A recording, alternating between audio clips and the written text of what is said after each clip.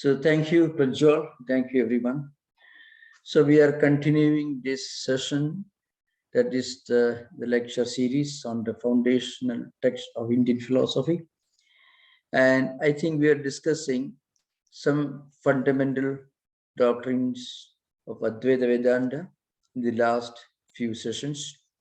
And we discussed the type of books that are found in the canonical literature of Vedanta, like, for example, the sutras, the bhashyas, the vartikas, vrittis, the tikas, and karikas, and so on. Some of them are in prose, some of them are in mostly in verses. So now, just a few, just a background about this hierarchy of Vedantic teachers. If you look at the traditional school of Vedantins, you find they have a long tradition of Vedantic teachers, beginning with Vasishtha, then his disciples and their disciples like Shakti, Parashara, Vyasa, Shuga, Gaudapada, and so on. And then after Gaudapada, you find Govinda Bhagavapada, and then Shankaracharya. This is one period of Vedantic tradition, or Vedantic lineage, so to speak. The great ancient writers. We cannot speak much about their historicity or their life or the teachings, other than what we gathered from some of the traditional texts. For example, Vasishtha is a mythological figure, but he was also a great philosopher. So not entirely mythological, so half historical, half mythological. And then his disciple, for example, Shakti, Parashara, and we don't really find any historical evidence or details about where they lived and where they were born and so on. About Shuka also, we don't know much. The Gaudapada is more or less a historical figure. There are many sources from which we can get a general idea of his life and contributions. And his disciple, the Govinda Bhagavad was another great teacher who lived in the central provinces of India on the banks of river Narmada near Indore. It's called Omkareshwar. So, and his disciple Shankaracharya, of course, is a historical figure. We know a lot about his lifetime, his teachings, where he was born, his parents, and how he traveled all over India, preaching Vedanta and writing this wonderful classical text on Vedanta. We know a lot about that, about Shankaracharya. And then his disciples, Padmapada, Astamalaga, Todaga, Sureshwara, and so on. So you can see from Shankaracharya onwards, there is a direct lineage that we can see. And then Vimuktatman, Sarvatnyatma Muni, and Mantana Misra, Vajaspati. There are a number of scholars coming right up to 16th century, Madhusudana Saraswati. And also, we also read a lot about some pre-Shankarite Vedantins who wrote commentaries or some important texts or commentaries on Brahma Sutras like Badari, Karnajini, Atreya, Udulumi, Asmarathya, Kasha Krishna, Jaimini, Kashiba, Badarayana, and so on. You know, I'm referring to all these important names in Vedantic lineage because this is the main difference between what you study in a university and what you study in traditional school. This is something very interesting. Now, among the Western scholars who had a close understanding of this traditional lineage of Vedantic teachers, we can actually mention only one great writer. He was Paul Deussen.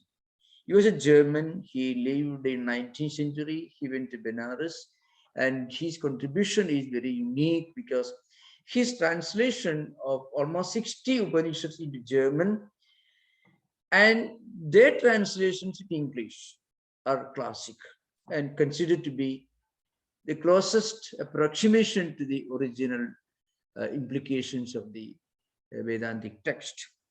Now, after having said this, I want you to get an idea of how these Vedantic ideas are discussed in the fundamental canonical texts. These texts belong to different categories. The foundational text means the bhashyas, the commentaries on the Upanishads, on the Bhagavad Gita and Brahma Sutras, which in a way harmonize the rational, the devotional, and the canonical traditions or foundations of Vedanta. Brahma Sutras discuss the logical, the rational foundations of Vedanta. Bhagavad Gita harmonizes different paths that one can follow to realize the Vedantic teachings in their life. For example, Bhakti Yoga, Jnana Yoga, Karma Yoga, and so on. And the commentaries on the Upanishads, they are so profound. And I mentioned this on a few occasions in the past. When Western scholars like Max Muller or before him Schopenhauer and others happen to read even some inaccurate translations of these Upanishads, they were really wonderstruck. There is actually a turning point in the history of world thought. I mean, the encounter of Western intellectuals who later became Western Indologists or Orientalists who went to India or even staying back in Europe, they made great studies of Sanskrit language and the philosophical literature available in Sanskrit. It is actually one of the turning points in the evolution of world thought, the Western encounter with Vedanta. Now, how these ideas, Vedantic ideas, are discussed in different Vedantic texts, that's what we are going to discuss today. As I mentioned, in the Upanishads and the commentaries, these ideas are discussed using different tools of epistemology and different tools used in modern philosophy, which have their own perhaps counterparts in ancient Greek thought, at least to some extent. Of course, there are differences. I mentioned this earlier. If you have 10 tools of epistemology, tools of knowledge in theory of knowledge in Indian thought systems, there are maybe maximum 3 or 4 tools of epistemology in ancient Greek thought. For example, Indian systems of philosophy believe in direct perception, inference, analogy, verbal testimony, presumption, and negation. Negation also is a source of knowledge. If when you know that doesn't exist, I mean, the knowledge, the absence of something is actually knowledge. And then hearsay, direct memories, then external gestures, and leaving out the unnecessary parts called excluded middle. It is called paresthesia. I mean, leaving out, but is improbable. That's one of the unique aspects of Indian epistemology. If things are not clear to you, you are most welcome to ask questions during discussion, because many of these ideas can only be referred to during the main part of the lecture. During interaction, you can certainly ask me for more elaboration. Now, how these ideas are discussed in the fundamental texts like the commentaries on the Upanishads, and also in the introductory works. As I mentioned earlier, Shankaracharya wrote a number of different types of books. The great commentaries, which are very philosophical, and then introductory works, which belong to different categories. There are short, simple works like Tattwabodha, Atmabodha, and so on, which are very tiny, which only contain the primary definitions. Then, of course, there are more advanced books like Viveka Chudamani. Among the introductory books, I mean the works of primers or introductions to Vedanta, Viveka Chudamani is one of the important books, because it is not very short, because it has got almost 581 verses. There are 2-3 different versions available in popular bookshops. One version has got 584 because they include the invocation also as part of the main text. And some versions only 580, some of them 579 and so on. Anyway, more than 579 verses. So it's not very, very small. It is, but certainly not very large. The book is very, very, very small. Now, if you have got only the verses without translations or commentaries, it is fairly a small book. Now, how these ideas are discussed. You get a taste of how these Vedantic ideas are discussed in metrical form, in verses, in beautiful language, where you find classical examples of analogy, imageries, illustrations, and graphic descriptions from everyday life. So these are some of the examples of simple writings in verses, expounding the highest philosophical ideas, which also contain definitions or descriptions of an ideal teacher, an ideal student, who is fit for philosophy, who is fit for study of higher philosophy. All these ideas you find. What are the qualifications for a spiritual seeker? When you read that, you will understand Shankaracharya was not talking about the fundamental qualifications for a spiritual seeker of Hinduism or Vedanta. He was talking about the human aspirations in spiritual life. Who is the right person for aspiring for spiritual life? So I shall just give a brief exposition of this simple text, which gives you an idea of a typical introductory work on Vedanta. It's called Viveka Chudamani. In English, you may call it the crust jewel of wisdom. That is how they translate this book into English, the crust jewel of wisdom. What is wisdom? Wisdom is something that helps you to make use of, to make proper use of what you know. It doesn't just give you information, because information doesn't always serve any real purpose in life. Information should become knowledge, scholarship, and then it should become wisdom.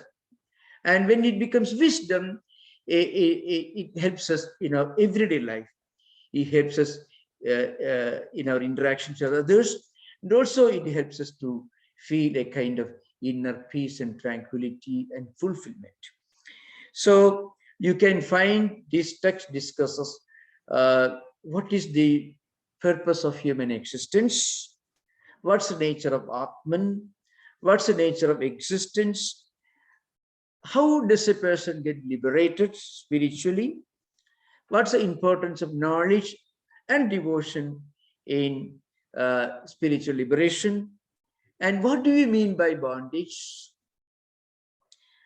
and what is Maya, what is avidya, who is an ideal teacher, who is an ideal disciple, and what is a personality, Karana Sharira, Sthula Sharira, Sukshma Sharira. I mean, what is the place of this physical embodiment, and what is behind this physical embodiment?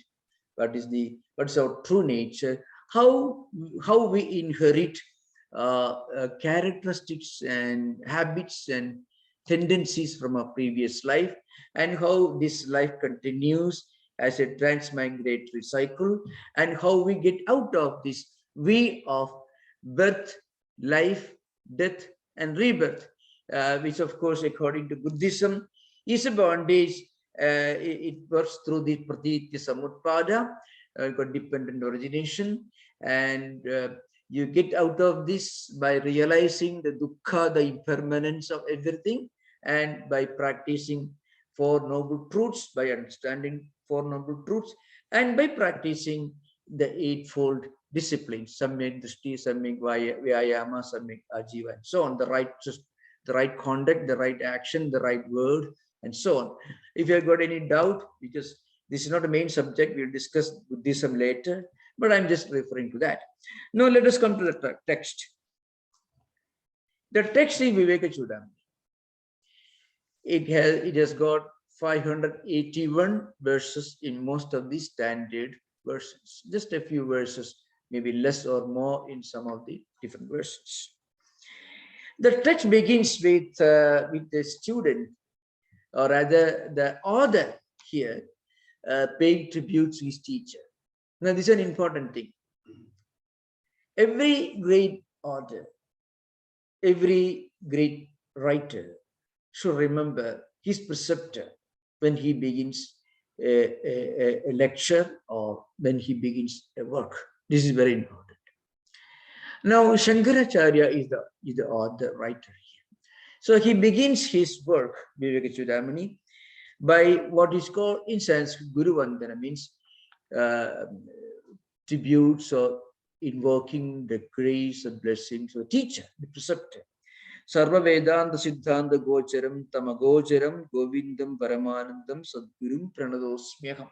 So Sarva Vedanta Siddhanta Gocharam Tamagocharam means the teacher Govinda Bhagavad Pada. He got that name because he had realized the truth of the teachings of the Upanishads. So Gobhihi Upanishad Vagbhihi Eva Vidyade iti Govinda. Gobhi Eva Yo Vedya iti Govinda. It's very interesting, you know. Upanishads are compared to cows. Not that Upanishads are cows, but Upanishads are like cows. In ancient times, at least in India, cows were the main currency, the main wealth of people. Because cows used to give milk, cows used to provide what you call yogurt. So many things people used to make out of milk. So milk was an important part of human existence. Milk was consumed, milk was used in the offerings and Vedic rituals. Milk was offered to the Vedic gods and goddesses in ancient times. So milk was very important. So cows were considered to be the main wealth of a person. So now the point is, the teachings of the Upanishads are like cows, like mother who sustain you, who help you to live a peaceful, a healthy, a happy life, providing you whatever you need, wisdom, and also your sustenance. So this Govinda got that name because a person who has realized the teachings of the Upanishads, which are like cows for human existence. Because we not only need milk, we also need spiritual wisdom. So Upanishads, the Vedantic texts, give you this wisdom in a way, how to make proper use of the art of making proper use of what we eat. That is wisdom. So that's why he got the name Govinda Bhagavad Gita. Now, the real beginning is the actual beginning of the text is the second verse. And that is a very profound, well-known one. It tells you that God has given you three wealth. It means Jindunam Nara Janma Durlabha Marapumstam Tato Viprada Tasma Vaidiga Dharma Maga Parada Vidyuttamasmat Param Atmanatma Vivejanam Sunabhavo Brahmatmana Samsthidihi Muktirno Shatagodi Janmakudaihi Punyatvina Lebhyate. And then it says Durlabham Tremai Veda Devanugrahagitadam Manishuttam Mumukshuttam Mahapurusha Samsaya. Third verse. It's very interesting. The three gifts that you get, the three gifts from God is, first of all, the privilege of being born as a human being. That's a privilege. Because animals cannot sit and think about why am I here? What's the purpose of human life? Animals can only follow the instinct. But human beings alone can pause for some time. In this flow of evolution, only human beings can sit and think about the meaning of their life and existence. So the three gifts that come from God, one is this special privilege, this unique privilege of being born as a human being. And there are many human beings. Many human beings are not very different from animals because they live at the instinct level. But there are certainly human beings who think of something beyond what they see in front of them, who can think of something beyond their food, their shelter, and their material needs, and these physical enjoyments. That's called mumukshutta, means a thirst for spiritual enlightenment, a thirst for spiritual liberation. That is called mumukshutta. Moksha is a person who wants to get moksha or liberation. So first of all, the first privilege is the privilege of being born as a human being. See how the text begins. It is so unique. It comes down to a basic human existence, our place in this evolution. In this evolutionary world, human beings have certain qualities. We make them really unique in many ways. That is, they're born as human beings. And we are born as human beings with a sincere desire for evolving at another level, not a physical level, but another level, the spiritual level. Because there is plenty of scope for evolution at the cultural level, at the level of values, the level of ideas. So thinking of the meaning of, the fundamental meaning of existence, and a desire to know one's own true nature, thereby to get spiritual enlightenment. That is a mumukshutta. The second unique gift that comes from God. The third one is an opportunity, an occasion to get association with somebody who can talk to you about spiritual ideas, about going beyond the physical plane. Because very often we may have ideas in mind, but we can realize the great ideas that we have in mind only by practicing certain disciplines. And these disciplines can be learned only from a person, and that is possible only by getting a chance to associate with spiritual personalities. So that's why these are three unique gifts coming from God: Manishuttum, Mumukshuttum, Mahapurusha Samsaya. So the author calls it Durlabham, which is very, very rare. I mean, these three gifts, Durlabham, mean very, very, very difficult, very rare, not easily available. We can see that if you look around, nearly 8 billion people living in this planet. How many people actually think of anything other than the immediate physical needs and requirements? So, and that is actually a gift of God, a sign of God's grace for you. That's the idea. Not ideas coming to the mind, but a real, genuine aspiration for spiritual life. That is a unique gift coming from God. And these three gifts, being born as a human being, and being born as a human being with a spiritual aspiration, and then an occasion or opportunity to be acquainted with, to be associated with a spiritual teacher. These are three unique gifts. Now, before that, in the second verse, the teacher tells you that in reality, of all births, the birth of being born as a human being is rare. And you have to remember, among them, to be born as a spiritual seeker is still not there, is rare.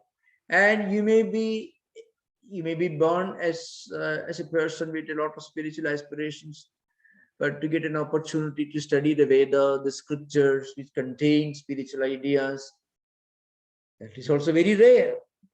I mean, that's a, and again, and still to get proper scholarship in scriptures, that is still rare.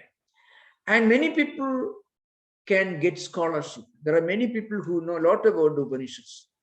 But along with that knowledge, a strong desire to actually experience what the scriptures teach, what they have learned, what their scholarship has given them. That thirst for realization of what they have learned, that is still rare. After this, the author tells you that the three gifts from God are this: the privilege of being born as a human being, and privilege of being born with a spiritual aspiration, and also the unique privilege of coming in contact with somebody who may indirectly be the cause of your future spiritual growth. That is also very, very rare. That is the statement. Now, in another verse, in the 16th verse, the teacher tells you who is actually fit for spiritual learning. Now, we know very well that what you get may not be yours. Only what you earn is yours. When we earn something, it implies that we are ready, we deserve that, we are fit for that. What we are given may not always be ours. It may not be always helpful to us. It becomes helpful to us only if you are ready for it, if you are mentally and spiritually prepared to make proper use of that. So in the 16th verse, the author tells you who is an ideal spiritual seeker, what are the qualifications for an ideal spiritual seeker. These are very, very important. So you can see in a single text, Shankaracharya, the author, explains everything. Vivekachudamani, though it's just relatively speaking, it is one of the insignificant texts in Vedanta.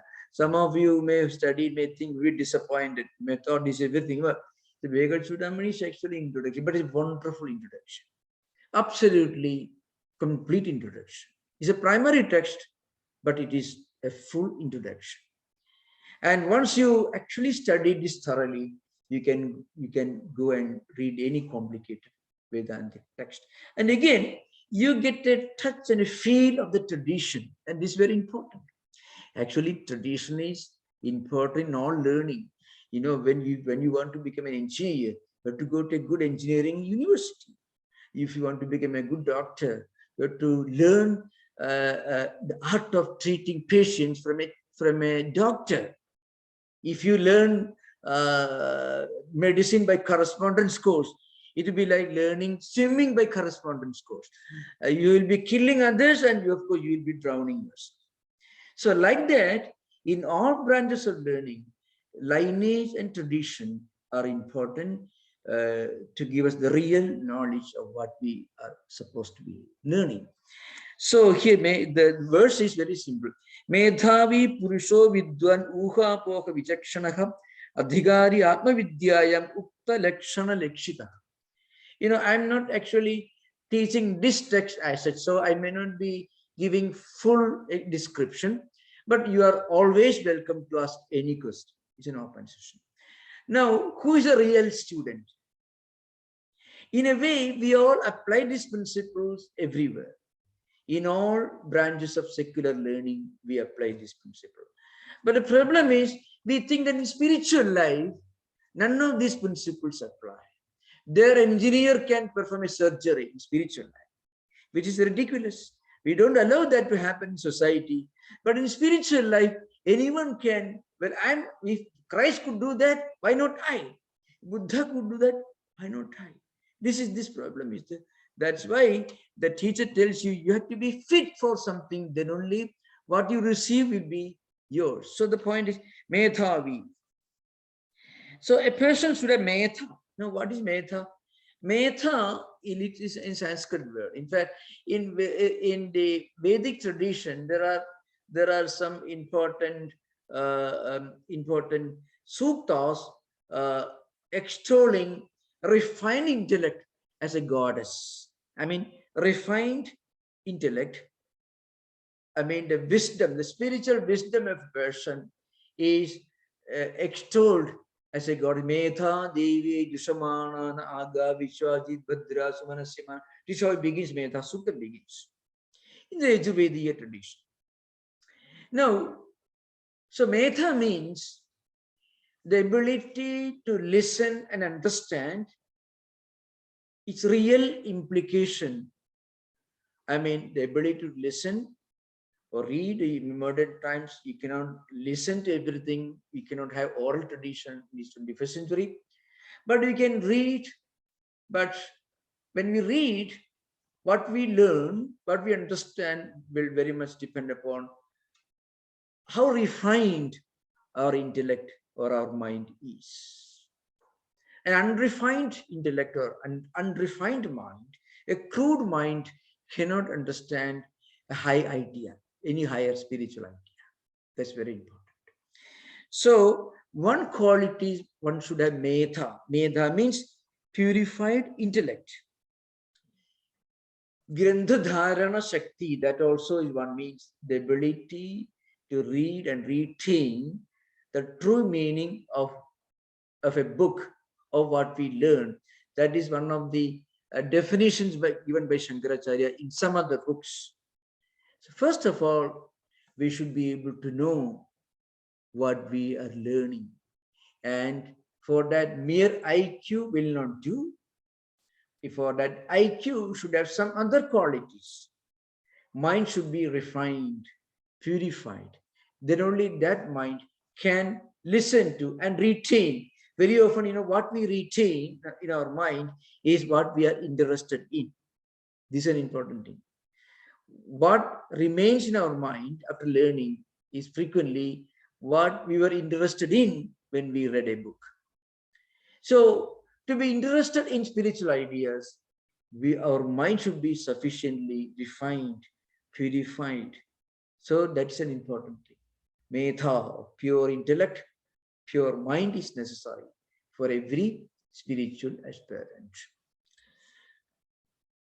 Medhavi Purusha Vidwan. And then the next meaning is, the next important qualification is that person should be a knowledgeable person. I mean, Viveki, should be a man of discerning wisdom. And then another important set of qualities mentioned, Uha Poka Vichakshana, an expert in two functions of human mind, Uha and Apoha. Uha actually means, the two words means it. So, Uha is the ability to accept what is to be accepted. And apoha means the ability to reject, to eject what is to be ejected. In other words, when we read something, we read many things, but what we should read and what we should retain in our mind and what we should automatically ignore. For that, we need a kind of discerning wisdom. And that is an important quality for every great or real, genuine, sincere student. That's what implication. Uka apoka vichakshana means. It's very, of course, sutyoga parasparam bhede nyayopeda giriyasi apoka, etc. They're very interesting. There are many definitions here. Means the ability to logically analyze what we read or what we listen to, and to accept and retain in our mind what is to be accepted, what is to be retained, and automatically reject what is to be rejected. Unless a person has the ability to reject, he'll be heading for trouble in modern times, because this is the age where information has become a monster. The information has become a monster, this information age. So we should know more about what to reject than about what to accept. That's a problem of our times, because this flooding of the internet and modern computer systems or modern technology with a lot of unnecessary and often dangerous and misleading information. Maybe it has more importance in modern time. Uha apoha vichakshana. And then adhikari atma vidyaya mukta lakshana lakshana. Means these are the qualities for an ideal student. This is a very, very important verse here. Okay, now I will come to another subject. This is very important. This is actually the essence of this text. This comes in the 51st verse. Remember, this work has got 581 or 584, depending upon the larger version or the smaller version. Verses, 581 verses. It's a fairly big book in that sense. In that, there is one important verse that comes 51st verse. And that is the foundation of this book. See how expertly the entire book is designed. First, the teacher tells you, see, you are born as a human being. This is a unique gift that has come from God. And you are not just a ordinary human being immersed in worldly enjoyments. You have got a discerning wisdom. You have got this aspiration for higher life. And also, you have got an opportunity to connect with some spiritual persons from whom you may learn more about spiritual enlightenment. These three unique gifts you have got. This is interesting. So, first of all, the author is praising you. You are wonderful. You have come to this class. You got admission to the university. You're sitting to, so congratulating you, and then telling you what are the qualities for an ideal student. Actually, these principles apply in modern times also. We are all applying those principles in all spheres of education and life. One should be fit for something. When you go for higher studies, you should have completed the qualifying examinations or the qualifying degrees, then only you will be admitted. So that's it. But in spiritual life, there's some other qualifications necessary. So that will be discussed. It's a very interesting discussion here.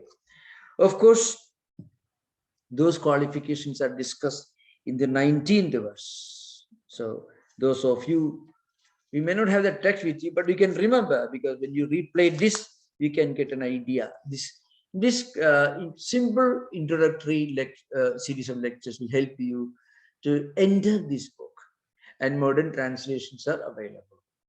So I'm trying to give just a key, some kind of a password, an entrance. So that's the idea behind. Now, in the 19th verse, the general qualifications for all spiritual seekers in all traditions are listed. That is, it comes here. Ado nitya nitya vastu viveka parigannide ihamutra pharabhoga viraga tadanandaram samadhi sarka sambhukti mumukshuttam idi spudam. This is the, it is called by one particular name. It is called sadhana chadushtayam. It is called sadhana chadushtayam. Sadhana chadushtayam means 4 important qualifications. That's the meaning of sadhana chadushtayam. What are the 4 important qualifications? One is you should have a proper understanding of what is real and what is unreal. What really matters? What is really significant in life? What really helps me in my entire life? and what is relatively insignificant. So this is an important qualification. First of all, the ability to choose, to decide for ourselves what is real and what is unreal. Often the translations cannot give full details. What it means is what really matters in our life and what is relatively unimportant or insignificant. That is called first qualification. And this is for everyone. And the second one is Ihamutra Phala Bhoga Viraga Tadananda. Now this is special to Vedanta. That is, not having any desire for anything in this life or next. So those who belong to Abrahamic traditions need to clearly understand this. In Indian Vedantic tradition, you'll find this interesting statement: you should not have any desire to go to heaven. That statement you find in Indian Vedantic tradition. You can find in Buddhism also, because heaven also is a transition point from where you have to be born again. And Buddhism helps you to get out of the transmigratory cycle, Pratitya Samutpada, by the practice of Four Noble Truths and by practicing the Eightfold Disciplines. So, and then you go, of course, you get this Nirvana. But in Vedanta and Buddhism, in all Indian religious traditions, you find heaven is not looked upon with much favor. Why? Because in Abrahamic tradition, Christianity, Judaism, heaven is always associated with something spiritual. It is associated with angels, with God, and so on. You know, for my Father in heaven, and so on. That's not the meaning, the implication of heaven in Vedantic text. In Vedantic text, heaven is a place where you continue enjoying all worldly pleasures without any limitation, without any restriction. And that is certainly not a very, very desirable place to go, especially for spiritual seekers. So you should not have any desire either for enjoyments in this life or enjoyments in heaven. This is an important thing. That is the second qualification. Iha amutra phala bhoga viraga. I mean, viraga means total renunciation of the idea of enjoyment. This is important. The third qualification is samadhi sharka sampatti mumukshutva. Means that is the six important disciplines: samadhi sharka sampatti mumukshutva, shama dhamma tidiksha uparadi shraddha samadhan. These are the six qualifications. Means a kind of inner restraint, mental restraint, restraining the senses, and ability to withstand difficulties without complaint, ability to endure challenges. You can find in all spiritual seekers one important common factor, commonality in all spiritual traditions, that all sincere spiritual seekers have to go through a difficult road. They have to follow a difficult road. Not easy. Life is not very easy for spiritual seekers. That's important thing. Anywhere you find all traditions, spiritual seekers should have tremendous power of endurance, and they should have power of concentration. They would also have a sense of sanctity and sacredness. This is important. And above all, they should have a sincere desire for spiritual liberation, for spiritual enlightenment. These are important for all spiritual seekers. If you look at any spiritual tradition of any religious tradition, you find these are common. First of all, a sense of the real and the sense of the insignificant. And what is real, we should have the ability to uphold, to stick to hold fast to the path of the real, what really matters. And we should have the ability to give up, to disregard what is unreal, what is insignificant, worldly enjoyments, and so on. And then this automatically will give you a kind of inner restraint. Actually, in human life, every person can experience this. If you have a higher ideal in life, then you will have you have natural modesty, self-control, self-restraint, concentration, peace of mind, and so on. If you have something to hold fast to. Swami Vivekananda made a statement once. A man with an ideal will make 50 mistakes. A man without any idea will make 50,000 mistakes. That's the only difference, really speaking. A man with an ideal also make mistakes, but man with an ideal will have the ability to recognize that he has made a mistake after he has made a mistake. But a man without an ideal is somebody who is walking without a flashlight. He won't be able to turn the flashlight into his own heart. So he may commit 50,000 mistakes because he never realizes that he made a mistake. That's a difficulty. Because so any higher ideal is like an electric torch that you hold in your hand. You may still fumble upon errors, but these are human errors, but you also be able to recognize the fact that you have made an error, and you'll be able to rectify, or you may be able to avoid making similar mistakes in future. So that's why, the Samadhi Satkar is psychologically very important. I mean, self-restraint, sense control, and so on. And the fourth one is important, mumukshutva, mean a strong desire for spiritual enlightenment. That's actually some higher ideal in life. Some higher ideal. He'll be more moral, actually. If you have some higher ideal in life to guide you, you may not realize that ideal in this life. You may not, perhaps, unfortunately. You may or may not. But even if you do not realize or reach your ideal, the fact that you have an ideal to hold fast to will help you from many problems. That's why mumukshutvam is important. These are 4 disciplines mentioned in this book. There are 3 more disciplines mentioned in other Vedantic texts. That is Sravanam, Mananam, Vidhyasana. These are 3 important disciplines. Sravanam actually means Itham Vakyehi Tadathanusandhanam Sravanam Bhavid. In one of the major, bigger introductory works, Panchadasi, Vidyaranya. Vidyaranya was a follower of Shankaracharya's tradition, lineage. He says, what is Sravanam? You listen or you read. Modern times, in ancient books, they always use the word Sravanam because most of the studies were carried on by oral tradition. You listen to the teacher.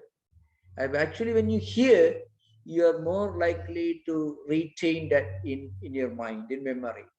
What we read, we may or may not remember. Frequently, it so happens. But when we listen to something carefully, then we are more likely to retain that in the mind. That is, Sravanam literally means listening to or hearing with attention. So, Itham Vakyehi Tadathanusandhanam Sravanam Bhavet.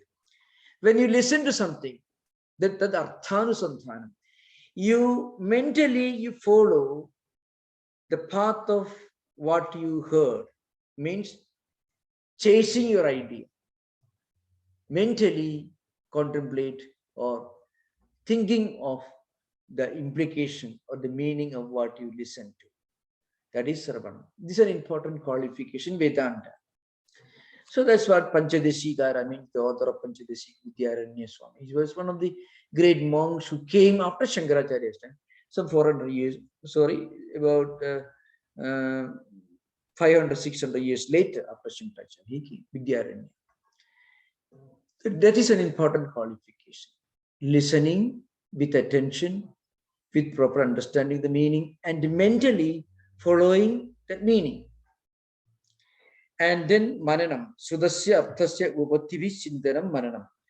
Srudasya Arthasya Upatibhi Chintanam means thinking and contemplating and logically analyzing in our mind of what we heard or what we read. It is very important. Just blindly following the meaning, well, that's good. But the idea goes deeper into our mind when we logically analyze in our mind, not loudly. In our mind, when we logically, the upapatti means logical analysis, rational thinking. Chindana means contemplating.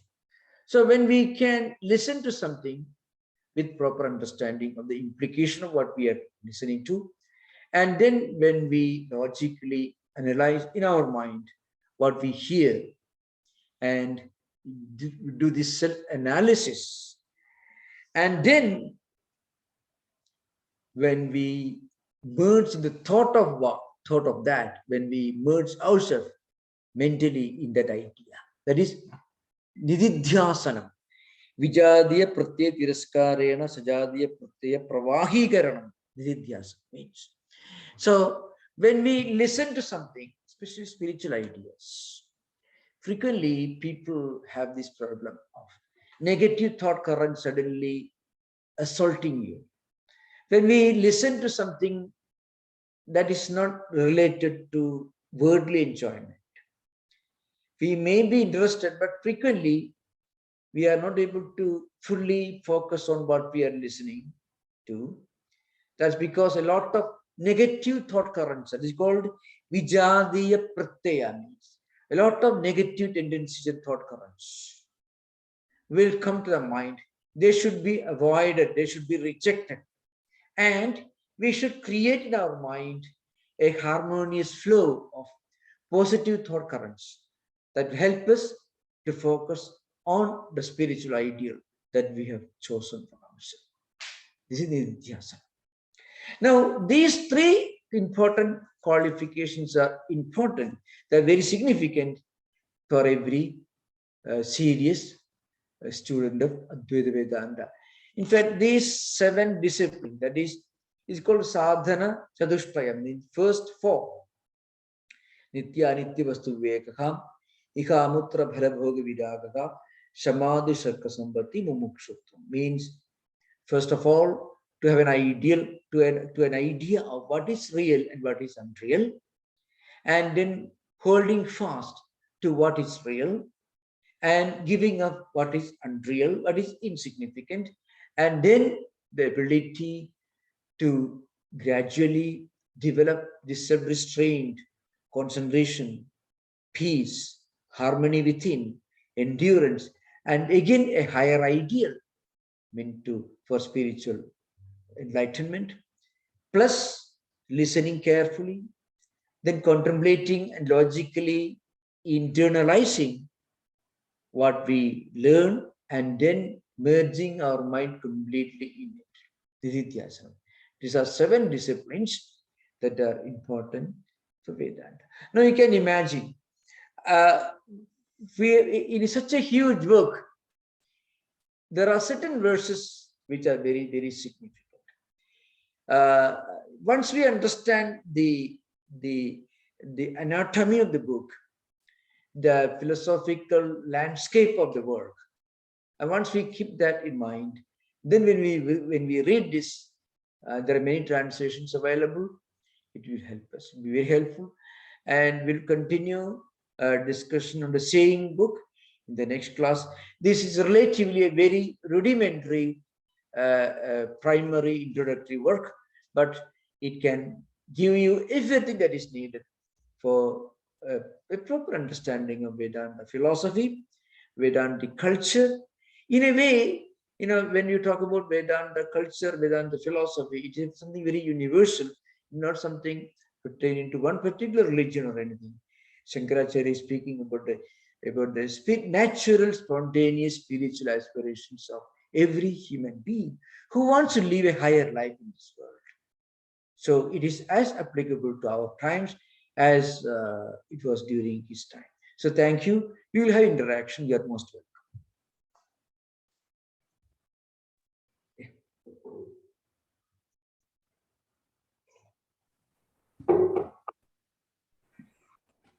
Swami?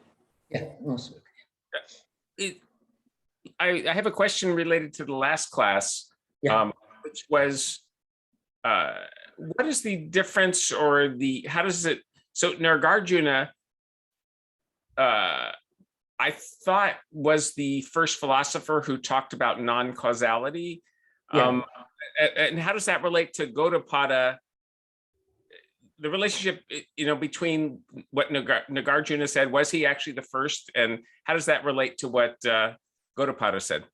Actually, Nagarjuna was not the first one to talk about non-causation. You find non-causation idea in Yoga Vasishtha. Yoga Vasishtha has got two versions. Lakhu Yoga Vasishtha itself is a fairly big book, the abridged. And the bigger one is quite a huge book. So Yoga Vasishtha is full of this idea of non-causation. Okay. Now, Nagarjuna was trying to expound Shunyata or Shunya. So the word Shunya, is usually translated into the English word nothingness. Now, what he's talking about is Shunyata is indescribable. Shunyata is indescribable. Many of the terms that Nagarjuna uses in Madhyamika Karya, that's the Bible of Shunyavana, and also Chandrakirti's commentary on it. Many of these words are used by Shankaracharya while describing Brahman, Advaita, non-dual, indescribable, non-dual. Beyond the reach of words, beyond verbalization. All these ideas you find Advaita also. So Nagarjuna was not the first great teacher who talked about non-causation. Maybe of course, there are many such ideas in the Upanishadic literature throughout you find. But Yoga Vasishtha is very, very important. It's very, very, very important Yoga Vedantic book. Only it focuses only on the conclusions. So you're talking about Gaudapada. It is true that you can see the influence of Nagarjuna on Gaudapada. There are many terms that are very common to Gaudapada and also Nagarjuna. But it's be wrong to assume that Gaudapada took it from Nagarjuna. Because Nagarjuna's analysis is correct, but then he takes a turn to choose a negative, to all negating. And there are some viewers, some interpreters who tell you that Nagarjuna's Shunyavada was frequently misunderstood. I can give an example from Chandrakirti. Chandrakirti is a great commentator to Nagarjuna.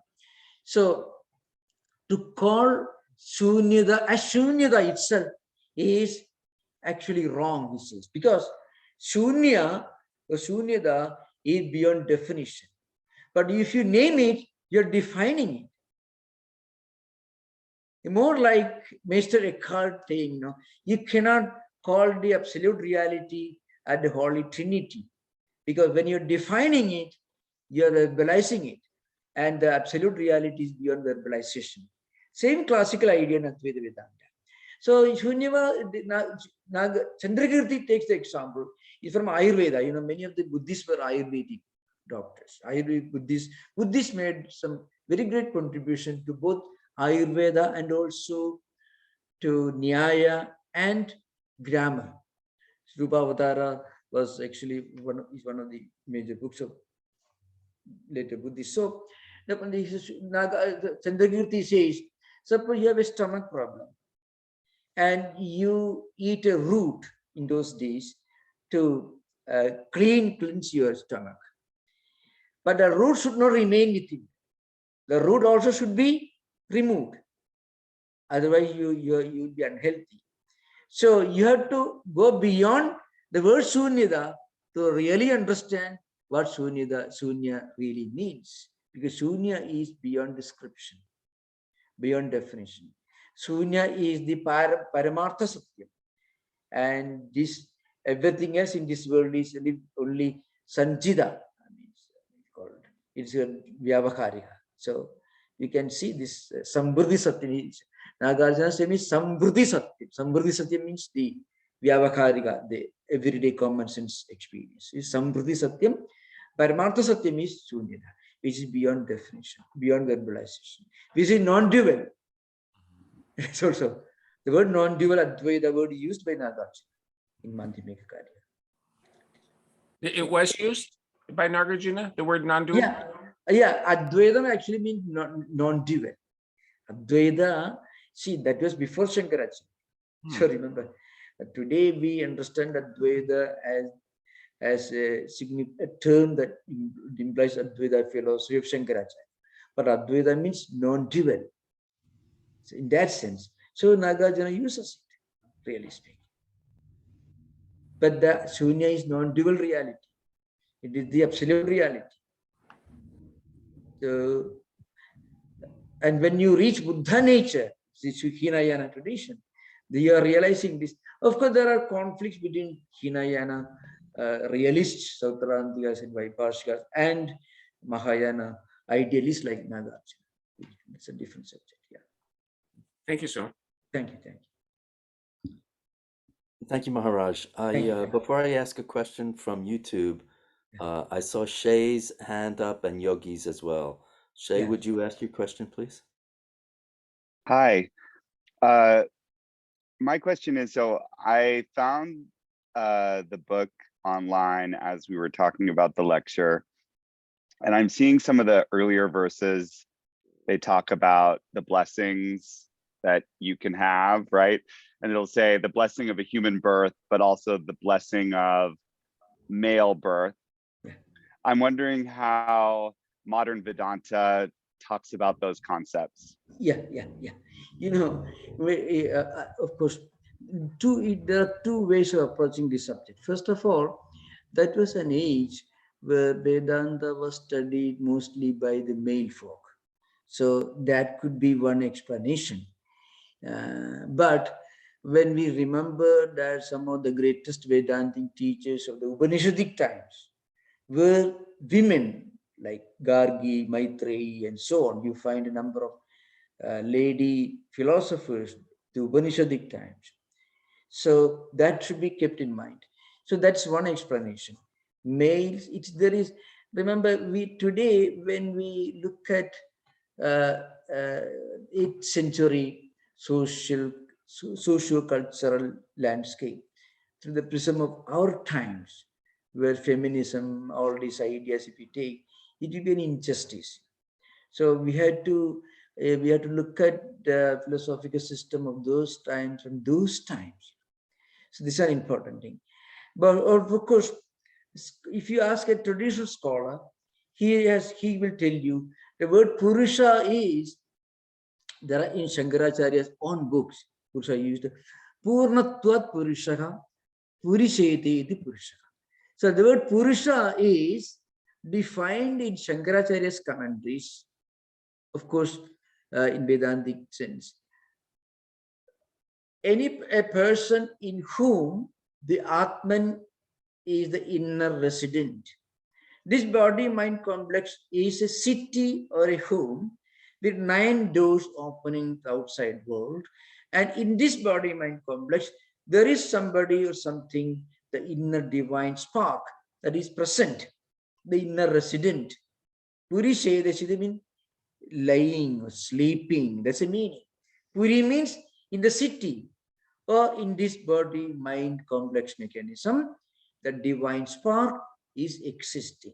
Therefore, it's called Purusha. Second definition is Purnatvat Purusha. Because in all of us, there is that Atman, Brahman, Atman, the soul, it is the inner resident. Therefore, it's called Purusha. These are two definitions of the word Purusha found in Shankaracharya's commentaries. So, of course, from a socio-cultural angle, if you look at it, you have to remember we have to be very realistic about it. So, if you, for example, if you read some of the teachings of even Emerson or Thoreau, and if you just apply the principles of social or economic equality that we are preaching today in 21st century, it may not always be fair to do that. It will be, but of course we can always say that, that's true. There is some kind of male chauvinism was there at all times, in all cultures, in all traditions. That is something that we cannot really deny. But we should also remember a philosopher like Shankaracharya cannot be criticized for that, because he was not a social reformer. He was the product of his time. As a human being, as a teacher, he was the teacher of the highest philosophy.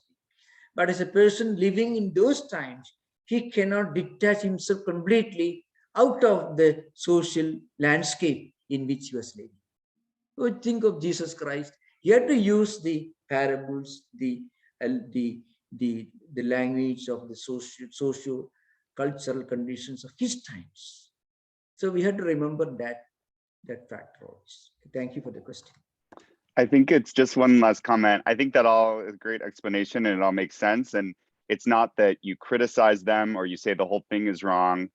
I think when you see parts that are older and you say, okay, it's from a time that was different and it was just a product of that time, you say, are there other parts that were also just a product of that time? Yeah. You have to be very, I guess it is the discriminate. You have to be very discrimination. You have to say, okay, the bulk of it is true. And then there's pieces that are very unique to India in the 8th century.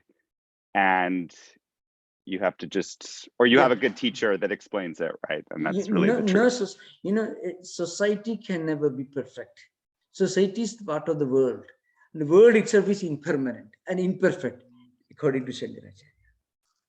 It's very interesting. Actually, the very idea of a perfect world where everything is absolutely wonderful is only an imagination.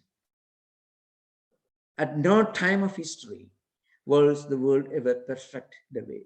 So the very idea of perfection is a non-worldly, an otherworldly concept. That's why people had to invent a God and a heaven, where all the problems that we are facing today are absent. Of course, without a higher aspiration, there will be no music, no higher music, no higher literature, no higher art, and no higher philosophy. Follow? Yeah. Thank you, Maharaj. There's a question. Thanks for the inquiries so far. Very helpful to me as well. And there's a question from YouTube. I know Yogi's got his hand up. And most welcome. The question from YouTube is discrimination similar to wisdom, or does our mind discriminate between the real and unreal? I think what's intended is when that knowledge becomes wisdom. So in other words, when we get to wisdom, is that is the real wisdom the discrimination between the real and the unreal? You're right. Now, without some degree of wisdom, we cannot even imagine that a proper discerning wisdom is necessary.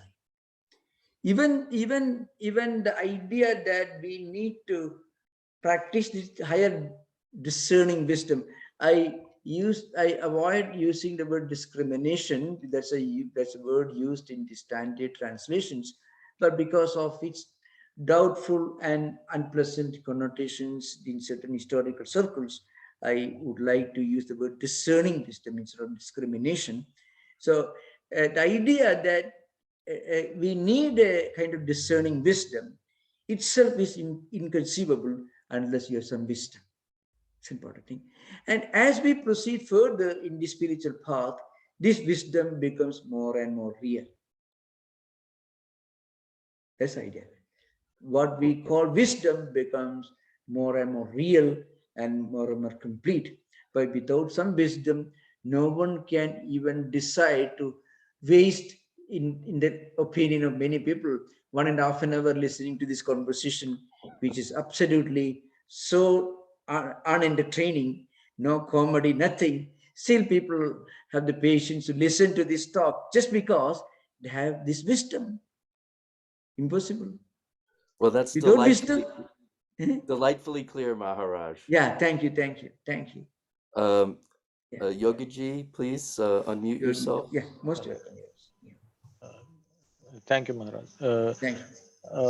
The definition for the Nitya Nitya Vastu Viveka, discernment, I think is Brahma Satyam Jagan Mithya. Yeah, yeah. In this, Mithya is generally understood as the world we see during the waking period, and how is it compared with the dream experience, and is it also Mithya, or is there any difference between these two experiences? Yeah, yeah.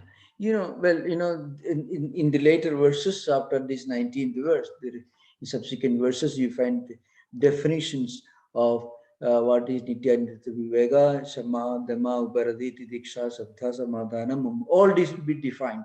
We don't, but now coming to subject. So,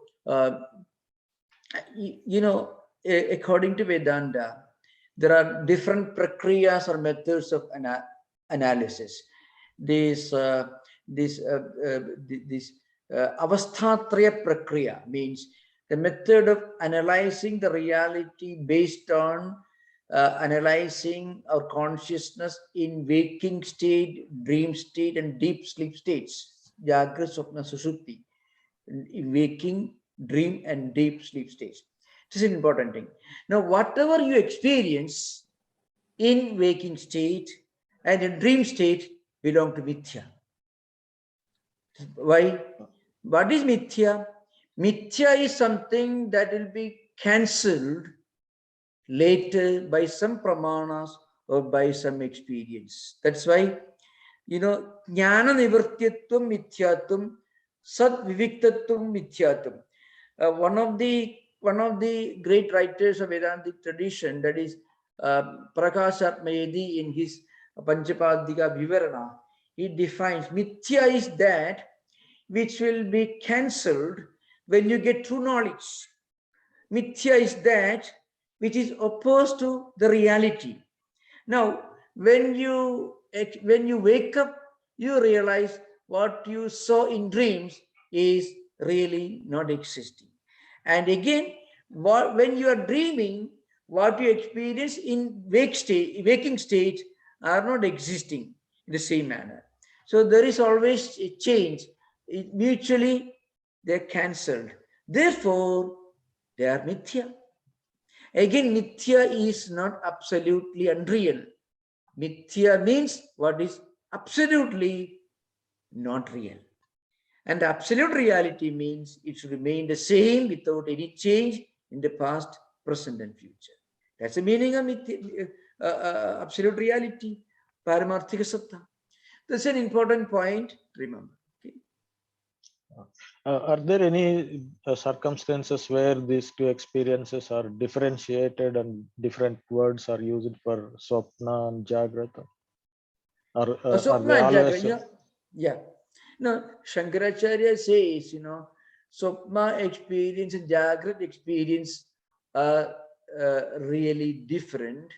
But from the highest standpoint, they are unreal. That difference doesn't matter. Oh. And yeah, this is an important thing, From the highest Turiya point of view, Jagrat Swapna are the same because both are unreal. But between them, there is a difference. It's called, Gaudapada calls it Idaredara Bheda, means between them, there is a difference. So I have given this Mandukya Karya classes. You can send audio version, you find more than 120 classes you find. See, a waking, there is a great difference between Jagra state and waking state. In waking state, you need 6 hours to go to New York from here. But in dream state, it takes only split second. And again, in Jagra state, you are going to sleep in San Francisco, you wake up in San Francisco. But in dream, you go to sleep in San Francisco, you feel dreaming you're reach New York. So there is Kala Bheda, Desha Bheda, All these differences are there, but there are differences, internal differences, but both are equally unreal because both are different from Turiya in that sense. Thank you, Maharaj. Thank you.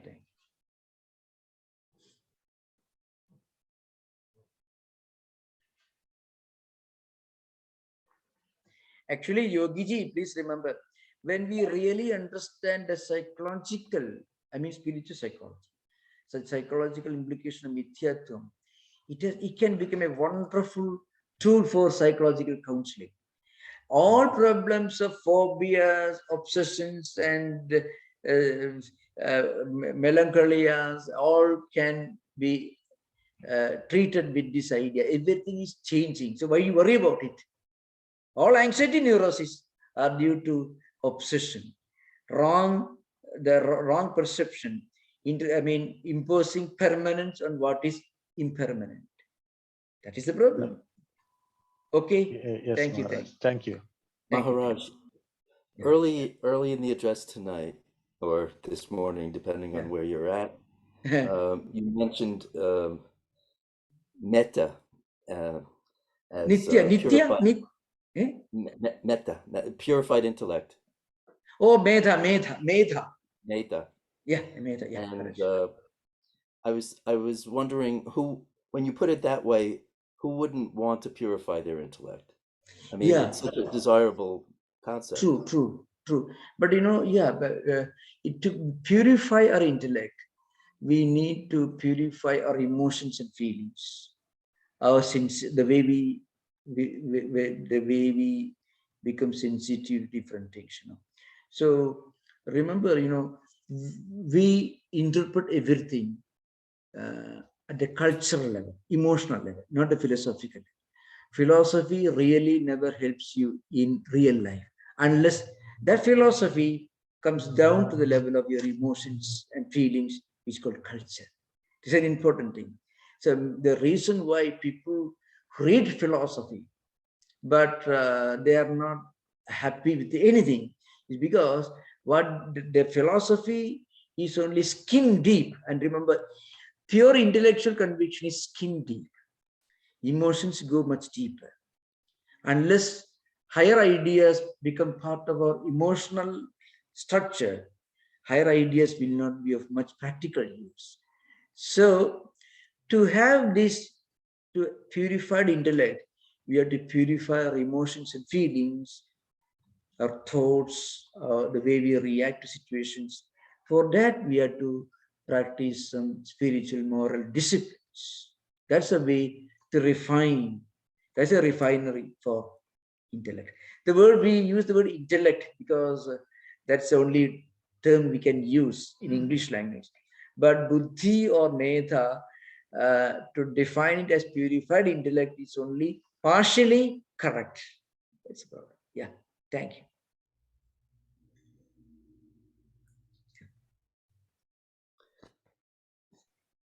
Yeah, there's a question. I'm reading the question. Thank you so much.